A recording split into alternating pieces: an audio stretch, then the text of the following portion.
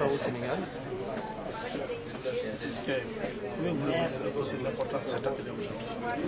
Alors c'était un essai, donc on a décidé d'organiser cet atelier pour ouvrir un espace de discussion sur tout ce qui est production agricole, sécurité alimentaire et nutritionnelle au niveau du Sénégal, en regroupant les partenaires les plus importants, principaux, qui agissent tous autour d'un même objectif qui est la sécurité alimentaire au niveau du Sénégal.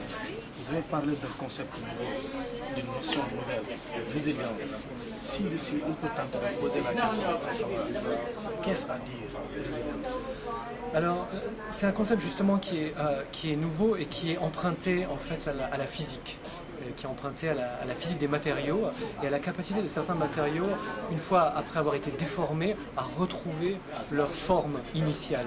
Donc en fait, quand on comprend que c'est un concept physique, on comprend comment on peut l'appliquer à des populations, comment on peut l'appliquer à des systèmes biologiques, c'est-à-dire des systèmes qui, lorsqu'ils ont été déformés, lorsqu'ils ont été soumis à des chocs, lorsqu'ils ont été soumis à des variations climatiques, à des sécheresses, etc., peuvent revenir à leur état initial rapidement.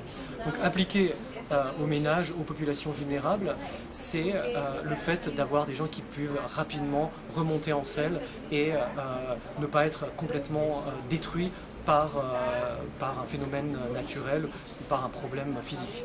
Pratiquement tous les participants ont salué et magnifié le format qu'on a utilisé aujourd'hui. Donc pour un peu dire que ce qui se faisait avant, est-ce que vous voulez opérer une rupture par rapport à ce qui se faisait avant et quel avenir donnez-vous et quelle perspective donnez-vous à ce type de... En fait, je pense que c'est pas du tout une rupture, en fait c'est construire sur l'existant, construire sur les excellentes initiatives qui existent déjà et mettre les gens en relation à travers justement un forum de discussion qui ne sera pas seulement un forum de discussion mais qui sera aussi suivi d'action. Donc je crois qu'on a vu là, on avait une participation de très haut niveau, on avait aussi le Brésil qui était là, et un ex-ministre du Brésil qui a mis en place le programme Fin Zéro. Donc on a beaucoup de chance d'avoir des experts internationaux, mais aussi des experts nationaux de très haut niveau.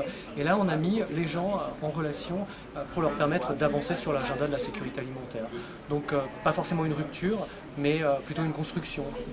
Donc pour terminer, comment renforcer la résilience en milieu rural, un peu pour rompre avec ce qui se faisait, c'est-à-dire par rapport à la rupture du cercle vicieux? Voilà. Alors en termes d'approche, effectivement, il faut qu'on cherche une rupture, il faut qu'on cherche des innovations.